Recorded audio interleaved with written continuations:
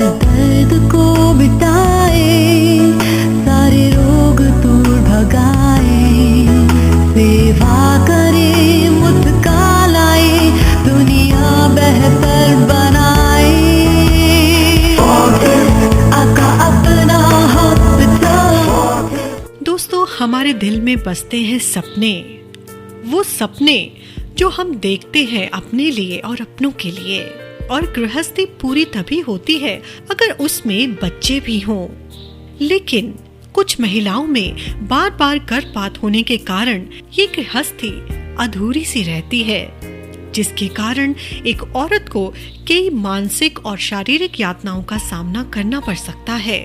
उसके बड़े से दिल का एक छोटा कोना हमेशा खाली रहता है और उसे भर सकती है केवल उसके अपने बच्चे की किलकारियां।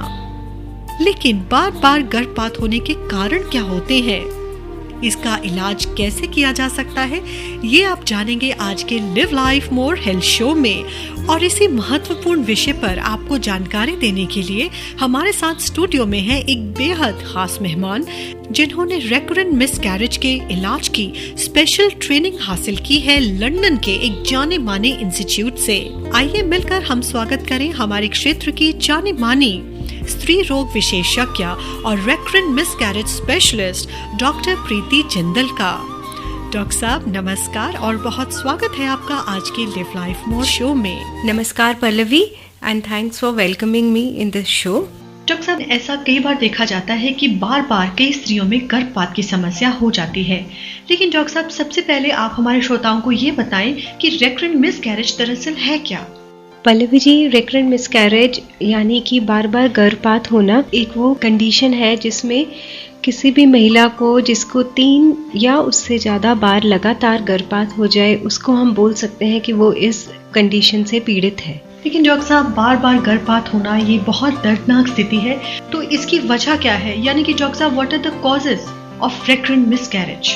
रेकरेंट मिसकैरेज के कई कारण हैं पल्लवी जी। सबसे ज़्यादा कॉमन कारण जो इसका है वो है जेनेटिक एबनॉर्मेलिटी, यानी कि जो बच्चा बनता है वो जेनेटिकली एबनॉर्मल होता है। उसकी जीन्स या क्रोमोसोम्स जो हैं वो इस तरह के नहीं होते कि उसका नॉर्मल डेवलपमेंट हो पाए, इसलिए वो प्रेगनेंसी आगे नहीं बढ़ती है। इसके अलावा जो कारण है वो डिपेंड करते हैं कि उस महिला की प्रेगनेंसी कितने हफ्ते पर जाकर समाप्त हुई है। अगर पहले 3 महीने के अंदर प्रेगनेंसी ख़त्म हो जाती है तो उसका सबसे इम्पॉर्टेंट कारण जो कि ट्रीटेबल भी है वो है महिला के रक्त का गाढ़ा होना, या जिसको हम लोग बोलते हैं एंटी फॉस्फोलिपिड सिंड्रोम। डॉक्टर साहब, मेरी ही तरह शायद इस वक्त लोग बहुत हैरान हो रहे होंगे कि क्या खून के गाढ़े होने से भी गर्भपात हो सकता है? डॉक्टर साहब, इसके पीछे क्या रीजंस है, ये प्लीज आप हमारे श्रोताओं को बताएं। ये आपने बहुत अच्छा क्वेश्चन पूछा पल्लवी जी। आमतौर पे हर महिला का रक्त थोड़ा सा गाढ़ा प्रेगनेंसी में हो जाता है, पर कुछ लोगों में ये थोड़ा सा ज़्यादा गाढ़ा होता है, जिसको वजह से ब्लड की क्लॉटिंग टेंडेंसी बढ़ जाती है। क्लॉटिंग मतलब कि जैसे अगर हमारी उंगली कट जाए तो उसमें से अपने आप ही जब हम उसको दबाते हैं तो खून बहना बंद हो जाता है, तो इसको क्लॉटिंग बोलते हैं। कुछ लोगों में प्रेगनेंसी में ये टेंडेंसी बहुत ज़्यादा हो जाती है, जिसकी वजह से उसकी आम जिंदगी पे असर नहीं पड़ता, पर जो रक्त नलिकाएं होती हैं जो माँ से बच्चे को खून दे रही होती हैं, उनके बीच में खून जम जाता है, जिसकी वजह से प्रेगनेंसी बढ़ नहीं पाती और जल्दी ही खत्म हो जाती है। तो डॉक्टर साहब, क्लॉटिंग सिंड्रोम के अलावा और वो किस प्रकार के कारण हैं जिसकी वजह से बार बार गर्भपात होता रहता है? पल्लवी जी, इसके अलावा जो कारण है उनमें से एक सबसे कॉमन कारण है कि गर्भाशय का मुंह कमजोर हो जाना। दूसरा कारण है कि गर्भाशय का आकार ही कुछ लोगों में विकृत होता है। तीसरा इम्पॉर्टेंट कारण है हार्मोनल इम्बैलेंस, जैसे कि थायराइड की प्रॉब्लम, डायबिटीज वगैरह। चौथा कारण है कुछ दवाइयों का अनुचित सेवन करना, स्मोकिंग, ये भी इसके कारणों में आते हैं, पर लकीली शायद हमारे देश में ये बहुत इम्पॉर्टेंट कारण नहीं है। और इसके अलावा रोग प्रतिरोधक शक्ति जो होती है उसकी एबनॉर्मेलिटी से भी गर्भपात हो सकता है। दोस्तों, आज हमारे साथ स्टूडियो में है senior consultant gynaecologist and recurrent miscarriage specialist doctor Preeti Jindal, जिन्होंने महारत हासिल की है रेकरेंट मिसकैरेजेस यानी कि बार बार गर्भपात की समस्या के मैनेजमेंट पर। and that too from one of the most advanced centers for recurrent pregnancy losses in London. Doctor साहब, आपने हमें कुछ कारणों के बारे में बताया जो कि बार बार गर्भपात का कारण बन सकते हैं, लेकिन डॉक्टर साहब इतनी सारी प्रॉब्लम्स हैं तो इन्हें डायग्नोज किस प्रकार से किया जा सकता है? पल्लवी जी, इनकी डायग्नोसिस बहुत स्पेसिफिक है और वो बहुत ज़्यादा डिपेंड करती है कि किस कारण की वजह से गर्भपात हुआ है। इसके लिए सबसे पहले पीड़ित महिला की डिटेल्ड हिस्ट्री लेना बहुत ज़रूरी होता है। उसके हिस्ट्री के बेसिस पे हमें काफ़ी क्लूज़ मिलते हैं कि किस पर्टिकुलर प्रॉब्लम से उसकी ये समस्या है। जैसे कि मैं आपको एक छोटा सा एग्जांपल देती हूँ। अगर 12 से 20 हफ्ते के बीच में गर्भपात होता है और वो भी बिना किसी दर्द के अचानक हो जाता है, तो मोस्ट प्रोबेबल कॉज उसका होता है गर्भाशय के मुंह की वीकनेस, जिसको हम बोलते हैं सर्वाइकल इनकॉम्पिटेंस। ऐसे ही एक और एग्जाम्पल है कि जैसे अगर पहले 3 महीने में प्रेगनेंसी शुरू होती है पर हार्ट बीट नहीं आती या हार्ट बीट आके अचानक से डिसअपेयर हो जाती है, तो उसके 2 ही मेन कारण इस समय समझ में आते हैं। जैसे कि एक है जेनेटिक, जो मैंने पहले भी आपको बताया, और दूसरा जो कारण होता है वो है क्लॉटिंग डिसऑर्डर। अब क्लॉटिंग डिसऑर्डर का डायग्नोसिस और ट्रीटमेंट बहुत ज़रूरी है, क्योंकि अगर इसको प्रॉपरली डायग्नोस नहीं किया तो फिर से उस महिला के 90% से ज़्यादा चांसेस हैं कि नेक्स्ट प्रेगनेंसी में फिर से उसको गर्भपात हो जाएगा अनफॉर्चुनेटली। तो डॉक्टर साहब, इसका मतलब ये है कि इस दौरान एक गर्भवती स्त्री को ये सब इन्वेस्टिगेशन ज़रूर करवाने चाहिए। थोड़ा सा इसमें फ़र्क है पल्लवी जी।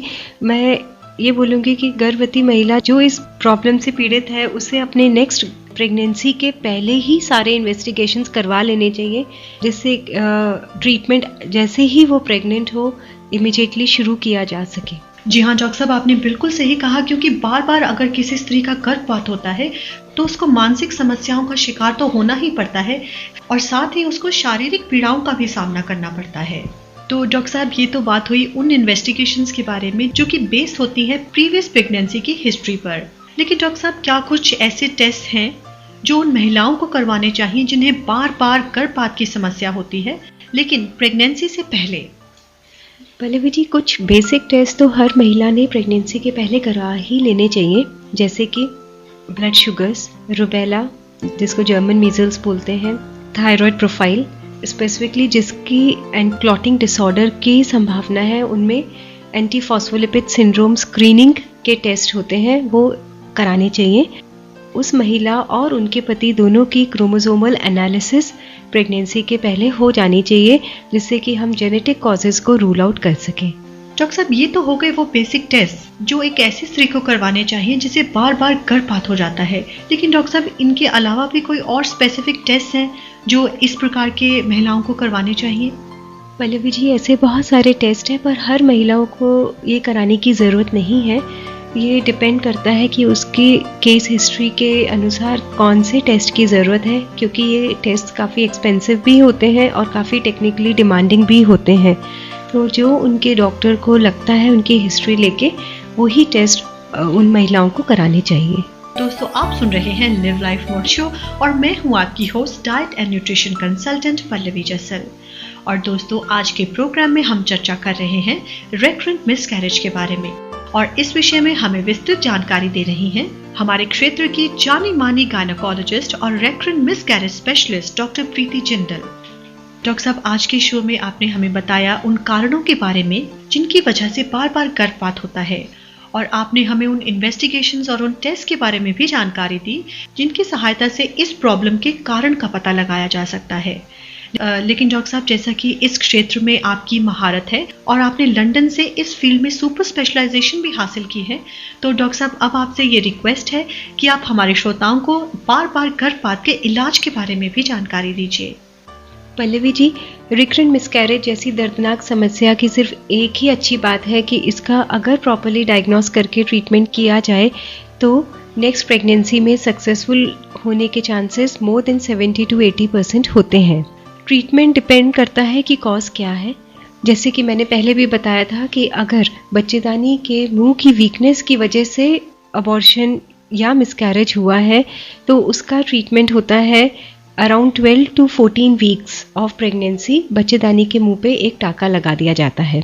तो डॉक्टर साहब ये तो बात होगी सर्वाइकल इनकॉम्पिटेंस की, लेकिन डॉक्टर साहब आपने एक कारण हमें बार बार गर्भपात का क्लॉटिंग सिंड्रोम में बताया था कि प्रेगनेंसी में ज़रूरत से ज़्यादा अगर किसी गर्भवती स्त्री का ब्लड गाढ़ा हो जाए तो उसकी वजह से भी गर्भपात होता है। तो डॉक्टर साहब उसका इलाज आप किस प्रकार से करते हैं? जी हाँ, जिसे हम एंटीफॉस्फोलिपिड सिंड्रोम बोलते हैं। एंटीफॉस्फोलिपिड सिंड्रोम का बहुत उम्दा ट्रीटमेंट अवेलेबल है और इसके लिए हम through out the pregnancy blood thinning agents देते हैं, जैसे कि low molecular weight heparin, aspirin वगैरह। इससे इस ट्रीटमेंट से खून थोड़ा पतला रहता है और वो जमता नहीं। डॉक्टर साहब जैसे कि आपने कहा कि इन दवाओं के सेवन से जो ब्लड पतला हो जाता है, तो डॉक्टर साहब अगर ऐसे में किसी लेडी को कट लग जाए तो खून तो बंद ही नहीं होगा? नहीं पल्लवी जी, उससे इतना ज़्यादा इफेक्ट नहीं आता।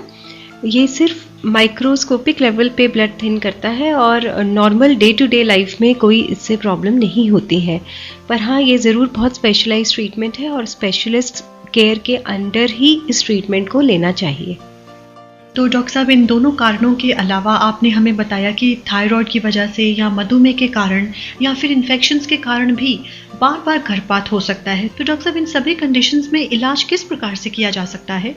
पल्लवी जी, डायबिटीज़ एक बहुत इम्पॉर्टेंट और बहुत कॉमन कारण है और उसके लिए यही एडवाइजेबल है कि नेक्स्ट प्रेगनेंसी होने से पहले ही पेशेंट अपनी शुगर लेवल्स बिल्कुल कंट्रोल में रखे और जैसे ही प्रेगनेंसी होती है फिर से स्पेशलिस्ट केयर के अंडर अपने स्ट्रिक्ट शुगर लेवल्स कंट्रोल करने चाहिए। थायराइड के लिए भी बहुत अच्छी दवाइयाँ आती हैं और उनको नेक्स्ट प्रेगनेंसी होने से पहले ही थायराइड लेवल्स को कंट्रोल में करना चाहिए और ये treatment through out next pregnancy continue रहना चाहिए। तीसरा एक इम्पॉर्टेंट कारण है इन्फेक्शंस, जैसे कि फंगल इन्फेक्शंस और भी कई तरह के इन्फेक्शंस होते हैं जिनसे कि गर्भपात हो सकता है और ये यूजुअली पानी की थैली फट जाने की वजह से हो जाता है। उसके लिए भी ड्यूरिंग प्रेगनेंसी एंटीबायोटिक कोर्स किया जाता है और कुछ टैबलेट्स दी जाती हैं जिससे कि नेक्स्ट प्रेगनेंसी में इन्फेक्शंस की वजह से प्रॉब्लम ना हो। हर दर्द को मिटाए, सारे रोग दूर भगाए, सेवा करे मुस्कान लाए, दुनिया बेहतर बनाए। आका अपना हॉस्पिटल। तो दोस्तों जैसा कि आप जानते हैं कि हमारे साथ आज स्टूडियो में है डॉक्टर प्रीति जिंदल, जो हमारे क्षेत्र की जानी मानी स्त्री रोग विशेषज्ञ हैं और स्पेशलाइज करती हैं रेकरेंट मिसकैरेज ट्रीटमेंट में। तो डॉक्टर प्रीति, बहुत बहुत धन्यवाद है आपका हमारी टीम की तरफ से और उन सभी महिलाओं की तरफ से जिन्होंने आज का ये प्रोग्राम सुना है। Thank you. So friends, that's all we have for you on today's Live Life More show। आज के विषय पर अधिक जानकारी के लिए आप कॉल करें। हमारा नंबर है 9815148444। जी हाँ, 9815148444। इस प्रोग्राम को ऑनलाइन सुनने के लिए लॉग इन कीजिए livelifemore.com या facebook.com/livelifemoreofficial पर। So friends, till we meet again, take care and live life more. This program is conceptualized by Dr.